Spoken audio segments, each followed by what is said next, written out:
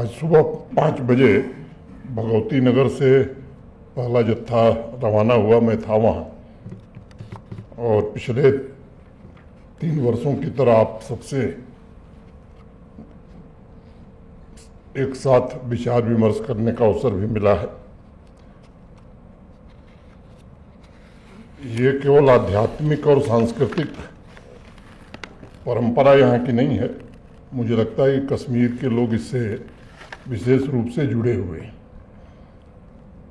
मैं सभी civil society groups, religious organisations, elected representatives और हमारे विभिन्न पदों पर आसीन प्रशासन के सभी लोगों का स्वागत करता हूँ।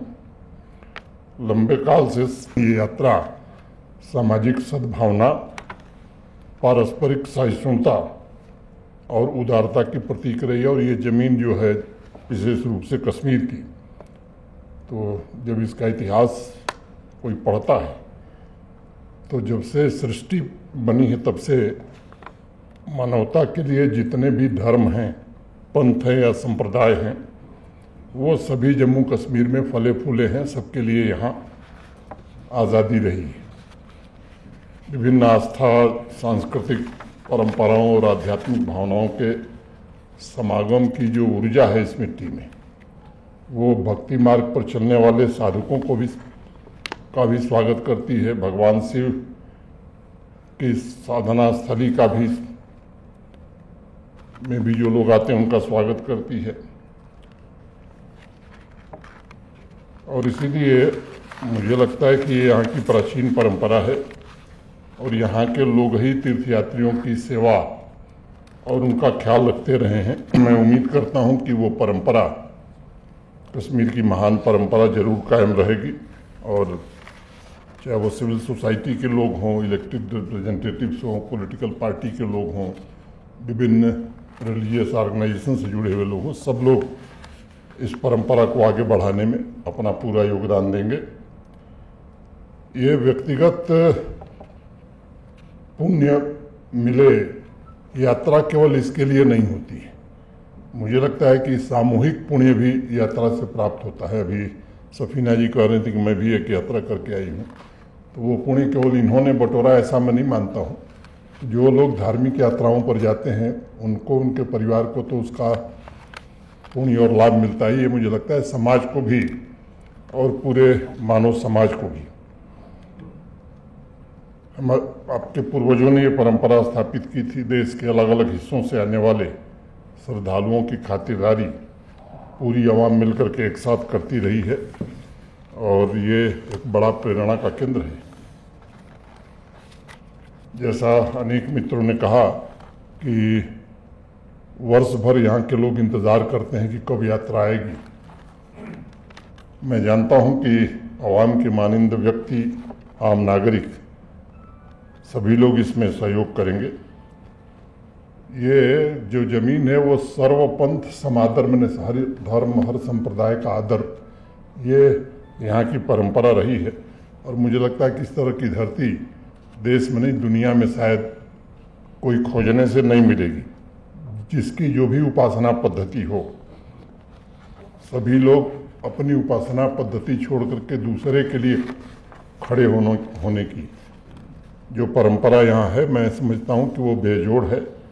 आध्यात्मिक नज़रिए से मैं जब देखता हूँ तो सभी धर्मों एवं पंथों की मान्यता रही है कि जीवन एक यात्रा है और इस यात्रा में तीर्थों का भ्रमण ये बड़ा पवित्र कार्य माना जाता है।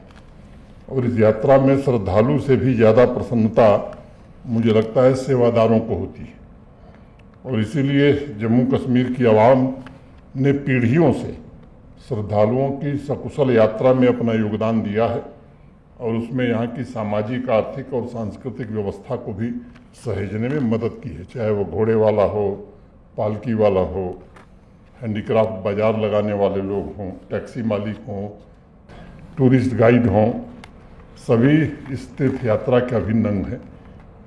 जो सीधे नहीं जुड़े हैं, मुझे लगता है वो भी कुछ दुआ के माध्यम से, कुछ इनडायरेक्ट सहयोग करके वो भी इस यात्रा में देश भर से आने वाले लाखों लोगों की सेवा में तत्पर रहते हैं। 2022 और 23 की सफल यात्रा के कारण जम्मू कश्मीर का एक परचम देश में और दुनिया में लहराया है। और केवल यात्रा के कारण नहीं भी और भी अनेक इस तरह की उपलब्धियां हैं। और आज लोग उदाहरण देते हैं कि आम नागरिकों के सहयोग से कैसे कीर्तिमान स्थापित होते हैं, सामाजिक एकता और सौहार्द के साथ कैसे कोई राज्य या यूनियन टेरिटरी अपने उज्जवल भविष्य की मजबूत नींव तैयार करता है। और मैं व्यक्तिगत रूप से मानता हूं कि इस मजबूत नींव में लोगों की भागीदारी ये सबसे महत्वपूर्ण होता है। इस यात्रा के परिप्रेक्ष्य में अगर देखा जाए तो प्रशासन तीर्थयात्रियों के लिए बेहतर सुविधाएं जुटाने का प्रयत्न करता है।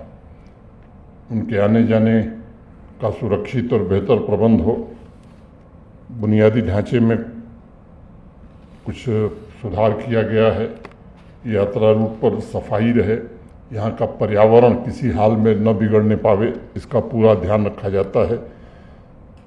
यात्रियों की सुरक्षा भी एक महत्वपूर्ण पहलू कुछ वर्षों से हो गई। डॉक्टर दर्शना इंदिरा भी जो बात कह रही थी, सबसे अच्छा होगा जब वैसा माहौल हो जाएगा। लेकिन आज मैं कह सकता हूं कि उस दिशा में हमने काफ़ी कदम आगे बढ़ाया है। मंजिल के करीब हम पहुंचे हैं। मंजिल तक जब पहुंच जाएंगे तो निश्चित रूप से जो व्यवस्था पहले थी वो व्यवस्था फिर से यहाँ लागू हो जाएगी। हमेशा इस बात पर जोर दिया जाता है कि कोई भी जब कार्यक्रम होता है तो मैं जोर दे के कहता हूँ कि ये मेजॉरिटी की जिम्मेदारी है कि माइनॉरिटी को साथ लेकर के चले। और ये केवल कश्मीर में नहीं, देश के हर हिस्से में ये लागू होना चाहिए। और उनकी रक्षा में हम सब लोग जुटे। जम्मू कश्मीर अपनी पुरानी विरासत, जिसका मैंने जिक्र किया, सर्वधर्म समादर, संभाव में नहीं कर रहा हूँ, समादर मैंने एक दूसरे के लिए आदर के संस्कार को सहेजने के लिए आप सब प्रतिबद्ध हैं। ये अत्यंत प्रसन्नता का विषय है। मुझे प्रसन्नता है कि अच्छे भाव से संपूर्ण आवाम बढ़ चढ़कर यात्रियों की देखभाल करके इस यात्रा को जरूर सफल बनाएगी। देश के कोने कोने से लोग आते हैं, आशीर्वाद तो प्राप्त करते ही हैं, आध्यात्म में जिनकी रुचि है, लेकिन परंपरा और जम्मू कश्मीर की मेहमान नवाजी की अमिट छाप भी लेकर के उसकी स्मृति भी जाते हैं। और मैंने पहले भी कहा है कि ये हमारे ब्रांड एम्बेसडर बन जाते हैं जब सकुशल यात्रा करके आते हैं। कुछ लोगों ने सुझाव दिए हैं, कुछ सावधानी बरतने की कही गई है। उन सब चीज़ों पर पहले से ही गौर किया गया है और मुझे विश्वास है कि वो ट्रैफिक हो या बाकी चीज़ें जरूर दुरुस्त कर ली जाएंगी। और केवल यात्रा और यात्री नहीं, बाकी भी जो लोग ट्रैवल करते हैं उन्हें भी सुविधा हो।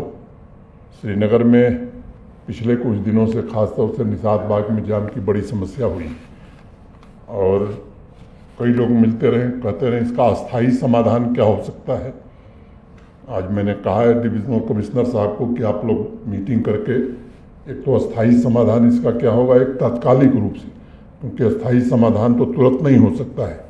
अगर कोई अल्टरनेट रूट बनाना है तो उसमें समय लगेगा, लेकिन ऐसी क्या व्यवस्था की जा सकती है कि जो ये जाम लग रहा है ये जाम समाप्त हो जाए और इस पर ये लोग निश्चित रूप से प्रभावी कार्रवाई करेंगे। सुझावों को नोट किया गया है और उन सुझावों पर अमल किया जाएगा, ये मैं आप सबको भरोसा देता हूँ। मैं फिर से आप सबका एक बार स्वागत करते हुए और अनुरोध करूँगा कि यात्रा और जो भी इस तरह के त्यौहार आते हैं हर समय हम लोग मिलते हैं।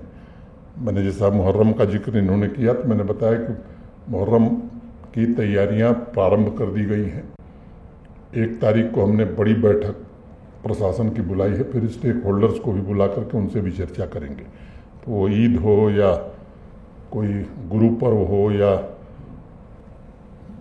25 दिसंबर हो, हर चीज़ की तैयारी और हर ठीक से चले इसकी चिंता प्रशासन करता है।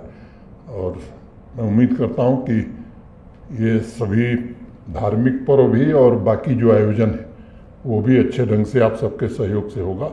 इतनी ही बात करके मैं अपनी बात पूरी करता हूँ। धन्यवाद।